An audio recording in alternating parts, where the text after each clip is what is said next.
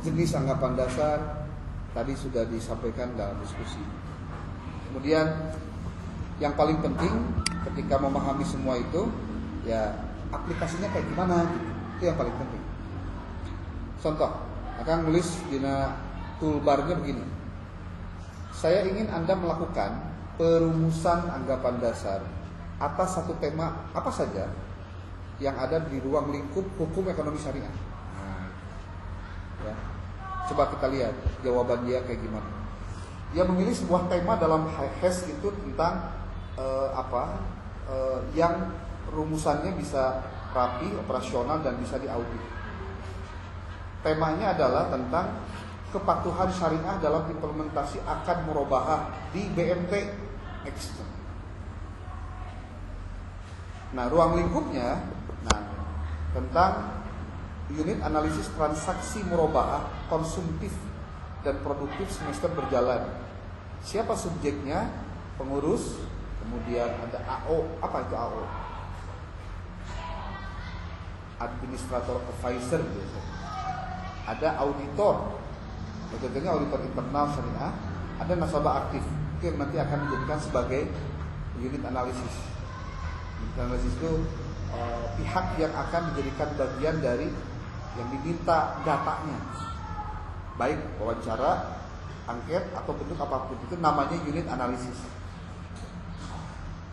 Kemudian kerangka singkatnya, rujukan fikih muamalah dan SOP yang kita sebut dengan istilah pedoman kepatuhan syariah BMT, fokus pada rukun syarat akad, kepemilikan barang, transparansi harga pokok dan margin, larangan baik al-inah, dan kewajaran denda keterlambatan yang bersifat takzir sosial. Apa anggapan dasarnya? Sehingga ini diarahkan ke penelitian kuantitatif. Nah, ini yang paling penting. Jadi anggapan dasar itu pengetahuan secara filosofis yang akan mengantarkan si peneliti terhadap apa materi yang akan dijadikan masalah, metodenya apa, pendekatannya apa, teori yang digunakan apa, variabel yang akan dibahas apa.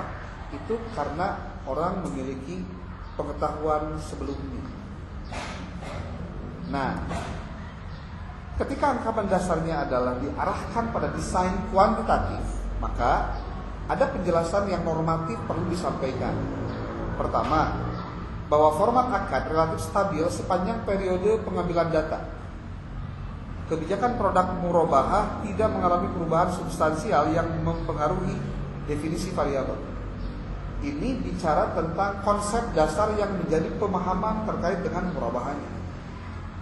Lalu yang kedua, data transaksi pada sistem BMT merekam informasi pokok secara lengkap dan andal. Harga pokok, margin, tanggal akad, bukti pemindahan kepemilikan, dan bukti serah terima barang terdokumentasi konsisten. Ingat, anggapan dasar visi nilainya atau sifatnya teoretis dan filosofis. Karena itu bagian dari cara memahami masalah. Instrumen audit kepatuhan murabahah yang diadaptasi telah menunjukkan validitas isi yang memadai pada pilot kecil. Indikator kunci menggambarkan rukun syarat dan praktik ini. Dibaca dari KBM begini-begini. Nah, artinya di lembaga yang namanya BMT, hal-hal ini yang sudah ditemukan untuk dijadikan bagian dari cara membuat kerangka pemikiran penelitian tentang judul di atas. Kepatuhan syariah dalam implementasi akad perubahan pada BMT di kota di Sukabumi. Apa tambahan asumsi statistik dengan jika memakai regresi atau SEM, Sequential Equation Model? Hukum antar konstruk bersifat mendekati linear dalam rentang data, residual bersifat simetris dengan ragam wajar, pengamatan antar responden independen pada tingkat individu. Jadi dalam kalian belajar statistik tuh? Namun tadi aja statistik memang rada rada kemakmiro kayak gitu bicara penelitian kuantitatif. Tapi kena tahun lah. Nah, tapi penelitian ini pun bisa diarahkan ke penelitian kualitatif. Lihat bagaimana kemudian anggapan dasar untuk desain kualitatif. Jadi nungarana anggapan dasar bisa menjadi dasar si peneliti ke arah penelitian kuantitatif atau bahkan diarahkan ke penelitian kualitatif atau mixed method.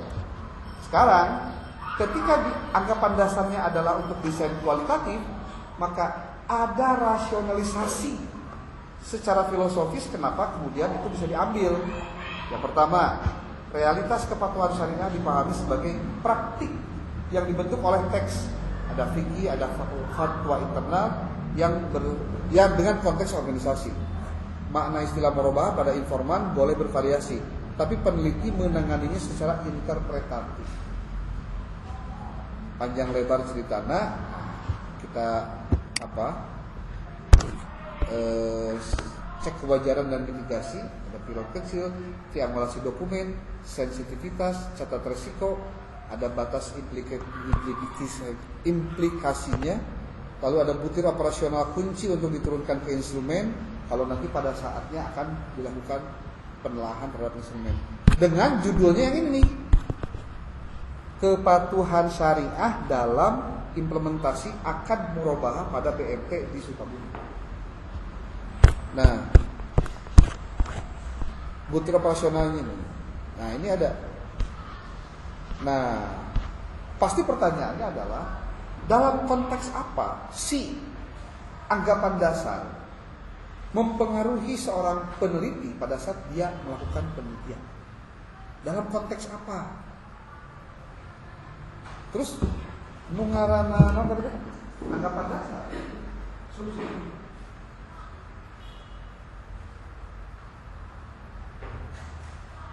Pada prinsipnya dia adalah kebutuhan filosofis yang dimiliki oleh si peneliti, yang ini berupa pengetahuan, mungkin teori, yang akan dijadikan sebagai landasan kenapa dia melakukan penelitian.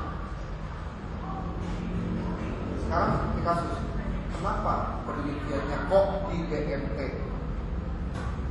Kenapa penelitiannya tentang akar murabahah? Kenapa di BMT? Kemudian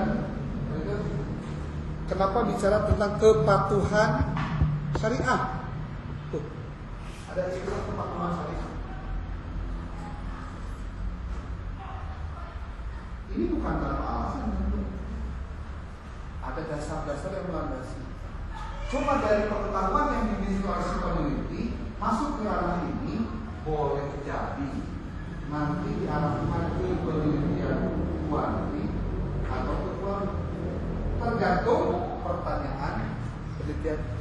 Coba kita tanya lagi. Mohon tuliskan pertanyaan penelitian berdasarkan asumsi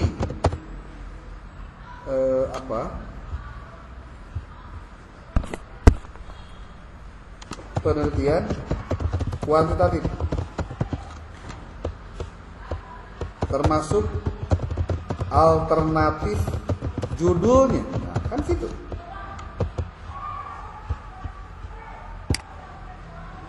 Kenapa ini ditanyakan? Karena jangan sampai si peneliti tidak menemukan akhir dari perjalanan dia melakukan riset. Maksudnya gimana? Ya, ulah ini kamu muter-muter kan temangi naon masalahna, temangi naon anu kudu dijadikeun judulna. Nih. Baik, berikut rumusan pertanyaan penelitian kuantitatif untuk tema kepatuhan syariah dalam implementasi akad murabahah di BMT Sukabumi. Saya sertakan asumsi kunci. Ada variabel, ada rancangan uji dan 12 alternatif judul. Alternatif judul lagi 12. Ini asumsi kuantitatif yang dipakai. Format akad murabahah relatif stabil selama periode pengumpulan data. Dari mana datanya diambil? Ketika melakukan studi pendahuluan. Dokumen transaksi memuat harga pokok, margin, kemudian bukti pemindahan kepemilikan dan serah terima. Ada instrumen kepatuhan syariah sudah valid, ada responden mengisi kuesioner, dan perbedaan antar cabang dikontrol dalam analisis. Ketika bicara tentang asumsinya ini, maka muncullah variabel yang bisa dilakukan penelitian. Contoh variabelnya itu kepatuhan syariah murabahah, indikatornya kepemilikan barang oleh BMT sebelum dijual dan seterusnya. Ini pertanyaannya dan ini rumusan judul-judulnya. Karena ini kuantitatif, maka pasti bicara hipotesis. Apa hipotesis? Hipotesis itu adalah simpulan yang belum sempurna, yang harus ditindaklanjuti dengan pembuktian dalam penelitian. Nih, 12 judul alternatifnya. Dari penjelasan tentang temanya, kemudian analisis berdasarkan anggapan dasarnya, dan masuk ke penjelasan detail ini. Pengaruh kompetensi petugas dan kualitas dokumentasi terhadap kepatuhan syariah akan perubahan pada BMT di Sukabumi. Tapi ini kan kuantitatif. Kamu nggak belajar tentang kuantitatif. Kita masukkan ke kualitatif sekarang. Bagaimana jika pendekatan yang dipilih adalah kualitatif.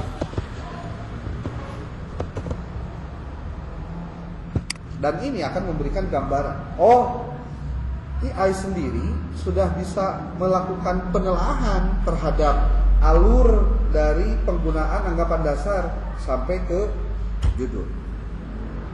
Nih, apa saja tuh? Jadi gini, anggapan dasar itu akan memberikan dasar. Ibaratnya kalau di penelitian tadi tuh di kelas sebelah disebutnya lantai. Dasar tuh lantainya. Desain kualitatif bisa studi jamak, bisa etnografi mini, bisa fenomenologi, bisa grounding teori, bisa penelitian tindakan partisipatif. Pertanyaannya bisa seperti ini. 3-5 pertanyaan. Ini bicara tentang petugasnya. Jadi langsung diwawancara. Ingat ya, kalau di kuantitasi, alat pengumpul data utamanya adalah angket. Kalau tidak angket, tes. Yang lain-lainnya itu alat pengumpul data sekunder. Tapi di penelitian kualitatif itu adalah yang pertama wawancara, yang keduanya adalah observasi, yang adalah studi komunikasi.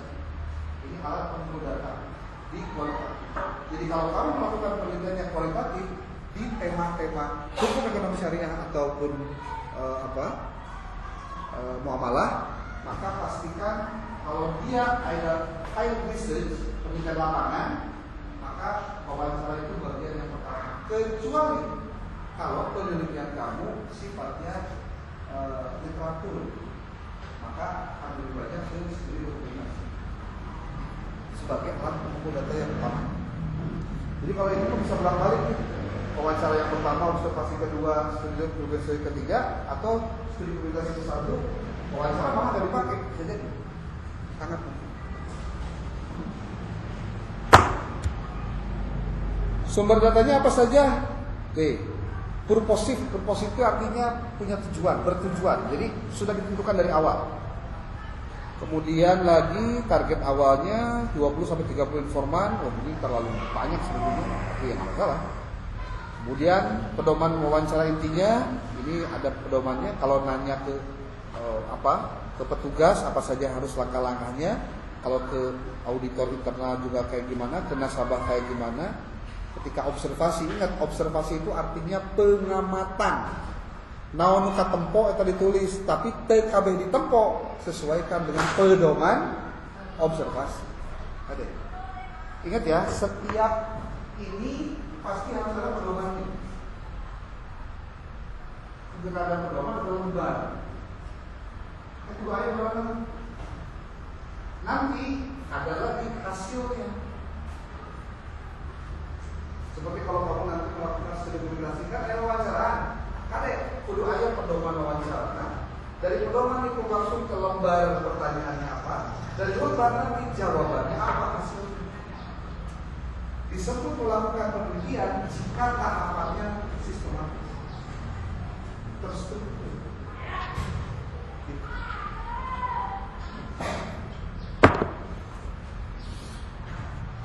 Ada analisis data, kredibilitas temuan, etik, ini penjelasan lainnya lah. Kalau mau jadi judul skripsi dari tema tadi, ketika sudah ada anggapan dasarnya sudah dipahami, kalian bisa lihat judul-judulnya.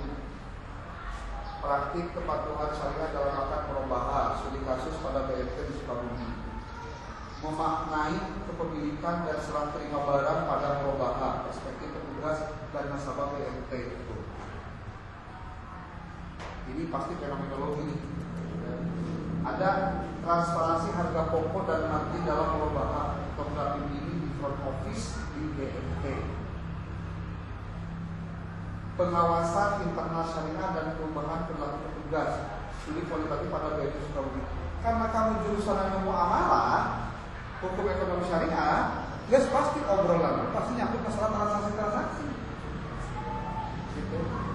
Makanya nanti dipastikan kamu mau temanya tentang apa, kan gitu. Dan itu sangat variatif, bisa macam-macam. Yang terakhir tuh, membangun model proses kepatuhan perubahan pendekatan teori di BMT Sukabumi. Ini kalau mau pakai kualitas. Ini harusnya bahan presentasi untuk studi anggapan dasar. Ini bagaimana mempraktikkan proses penggunaan anggapan dasar dalam penelitian. Dan mungkin pada saat studi pendahuluan juga dipakai menentukan kamu ini bakal gimana, bahas naon dari obrolan studi pendahuluan. Ada pertanyaan?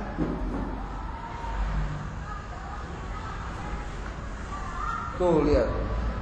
Apakah Anda ingin saya siapkan pedoman wawancara versi final, lembar observasi dan matrik coding awal dan format ringkasan kasus untuk pelaporan? Dijelaskan di Pak. Gitu. Ayeuna mah ngulang-ngulang kene teu naon. Liar biasa. Pasti mah belajarnya jangan berhenti. Makanya internet, YouTube yang dikasihkan kemarin, tolong dipelajari benar. Karena kalau kamu belajarnya hanya sebatas ngandalkeun di kelas hukum mah mau gunakan. Kamu harus ada waktu di mana kamu bisa mendalami sendiri apa yang harusnya kamu lakukan. Oke? Ada pertanyaan? Ya. Kan ketika kita sudah selesai observasi, jadi nanti acuan untuk membahas selanjutnya dari observasi hasil observasinya. Ya. Jadi hasil observasi, hasil wawancara kamu dari tema tentang studi pendahuluan itu, nanti kan kamu merumuskan kira-kira langkah lanjutan dari setelah melakukan studi pendahuluan saya mau meneliti tentang apa dari sekian banyak tema yang didapatkan dari hasil wawancara. Kan kieu meureun, sebelum kamu datang ke tempat penelitian, ke tempat mau studi dokumentasi, kamu kan juga menyiapkan tema apa yang akan kamu telaah. Intinya kieu, apakah di lokasi yang tempat kamu datangi itu masalah yang kamu bawa ke aya teh didinya gitu. Lamun aya, tanya hal-hal yang sifatnya mendasar, nah ngaranna ge studi pendahuluan. Ketika sudah didapatkan datanya, menurut kamu mana yang lebih menarik untuk didalami dari hasil observasi, wawancara dan studi dokumentasi itu? Karena untuk menyusun masalah sehingga menjadi judul penelitian itu sebetulnya sangat mudah. Percayalah, model kayak ini menu gampang aja. Belakang karena mikir, kamu kan gini, salah satu kelemahan dari cara berpikir manusia itu adalah tidak bisa menguraikan hal yang kompleks menjadi sederhana. Itu paling sulit. Kamu lamun geus loba dosa mah sih. Jadi gimana caranya? Sebetulnya dengan adanya AI itu jadi lebih mudah. Kamu tinggal tampilkan saja hasil observasinya. Tulis, kamu tampilkan hasil wawancaranya, simpan di tampilan Anda. Lalu kamu tampilkan juga dokumentasi apa yang bisa ditampilkan. Kemudian kamu tanyakan, berdasarkan data di atas yang saya sampaikan, menurutmu ke arah mana yang lebih bisa dilakukan proses penelitian lebih lanjut dari hasil studi pendahuluan di atas. Dia kan nanti ngasih alternatif. Nanti kamu tinggal pilih. Iya ya, kayaknya ini. Ambil aja 2 contohnya atau ambil 3 sebagai alternatif. Itu. Jadi tong riuh teh sekarang kayaknya mah kamu bisa lebih cepat untuk mengerjakan skripsi. Lu penting mah hiji we. Jangan sekali-kali berbohong dengan data. Contoh, kamu teka lapangan, kamu teu observasi ka lapangan, kamu teu wawancara aja saja di imah we, nya wawancara sorangan. Foto di crop tina pakai Photoshop karena itu. Jadi wes segala bener. Nah, itu yang enggak boleh. Kenapa? Filosofinya kamu boleh salah, tapi enggak boleh bohong. Kamu boleh salah contoh nulisnya, salah datang ke tempatnya, salah datang dengan wawancara yang keliru, boleh salah. Tapi ingat, kamu nggak boleh bohong. Karena penelitian itu mengajarkan kita untuk bersikap jujur dengan proses, jujur dengan hasil.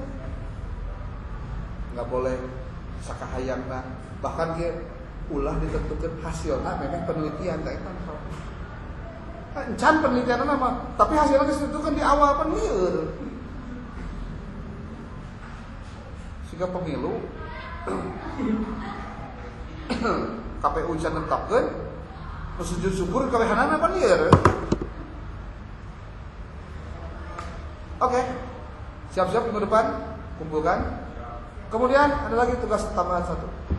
Kamu harus bikin testimoni dalam bentuk video terkait apa yang sudah kamu lakukan dengan studi pendahuluan itu.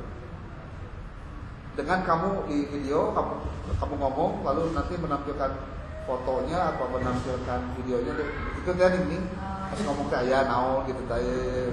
Jadi orang nonton teh ayah visual ditepok gitu maksudnya. Karti meureun. Pada tanggal sekian saya melakukan saya mendapatkan tugas di mata kuliah metodologi penelitian, yaitu untuk melakukan observasi, studi dokumentasi dengan wawancara, karena ini adalah kegiatan studi pendahuluan. Saya mengambil tema tentang kayak muncul naon. Terus saya melakukannya kemana? Dan dari itu tinggal foto kamu ke mana. Saya melakukan wawancara dengan siapa? Tampilkan dia. Kemudian pengalaman apa yang kamu dapatkan dari hasil melakukan wawancara, observasi dan studi dokumentasi itu. Sambil pada pernyataan akhirnya adalah berdasarkan wawancara, observasi dan studi dokumentasi dari studi pendahuluan saya berminat untuk melakukan telaah lanjut penelitian yang nanti akan saya susun dalam proposal tesis, proposal skripsi dengan judul ini. Tapi kan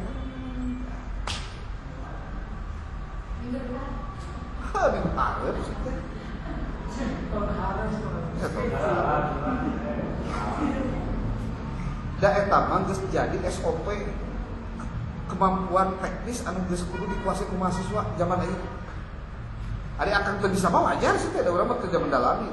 Tapi lamun maneh teu bisa kurang ajar. Banyak Genzi kebecus nu kitu. Ngerakeun. Lamun teu nyaho kumaha? Diajar. Lamun teu ngarti kumaha? Nanya. Itu atuh. Lain ieu tugas hese berat. Diajar tuh, bukan saya. Eta masalahnya. Geus teu zaman eta.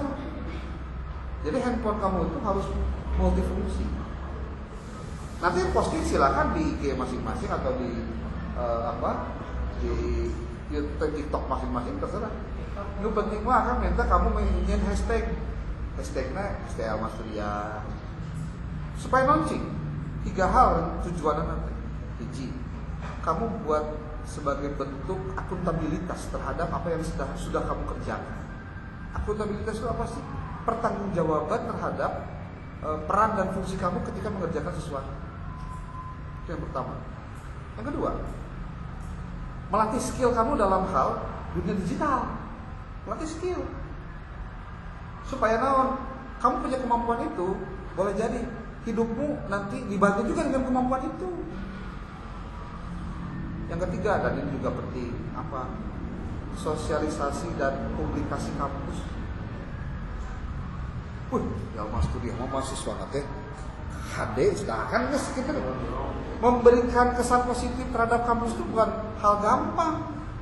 Jadi mau batur mah sosialisasi PMB teh sabulan memang iya teh memang penerimaan mahasiswa baru atau pas WPTN baheula naonnya ya mah SNPTN gitu naon. Ari urang mah sosialisasi jeung publikasina teh ti ayeuna. Da kitu kuduna.